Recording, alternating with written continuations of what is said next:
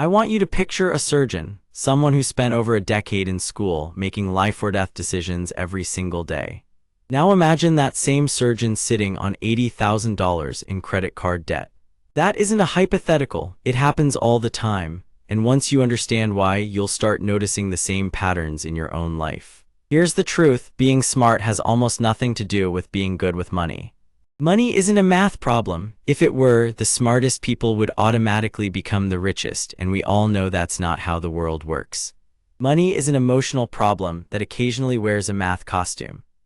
Today, we're going to look at 5 psychological traps that catch smart, capable, high-achieving people and how you can recognize them before they quietly cost you money.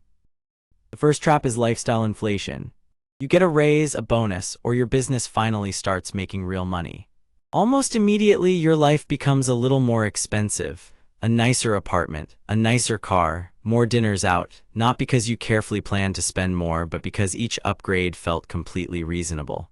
That's what makes lifestyle inflation so dangerous. It's almost invisible. Nobody wakes up and decides to inflate their lifestyle. It happens one small upgrade at a time until your expenses have quietly grown just as fast as your income, or sometimes even faster. The second trap is overconfidence.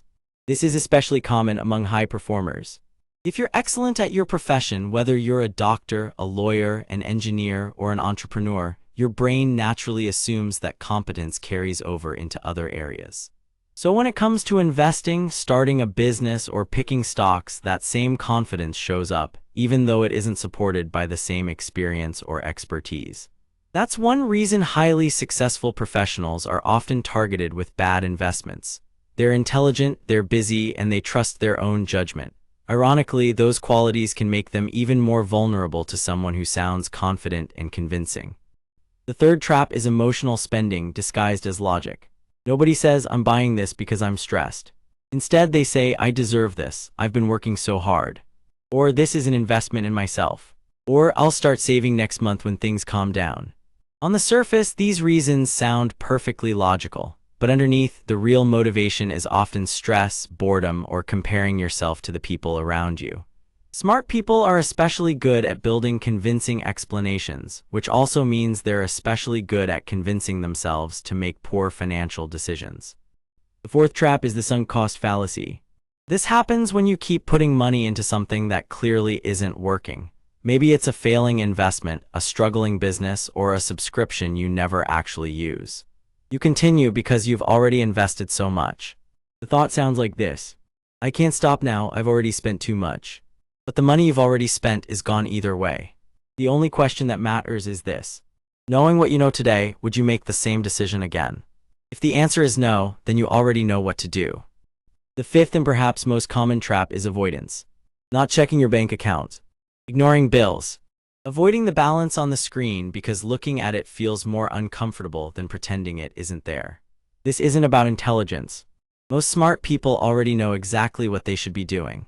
They're simply avoiding the emotional discomfort that comes with facing reality. If there's one idea I hope you remember from this video, it's this: better money habits don't come from learning more financial facts. Most people already know they should spend less and save more. What truly changes behavior is asking yourself one simple question before every financial decision. Is this choice coming from logic, or is it emotion wearing a logical disguise? That brief pause is often the difference between making a costly mistake and making a smart financial decision. If this video helped you see your money habits from a new perspective, be sure to subscribe. Every week, we explore the psychology behind money, success, habits, and better decision-making.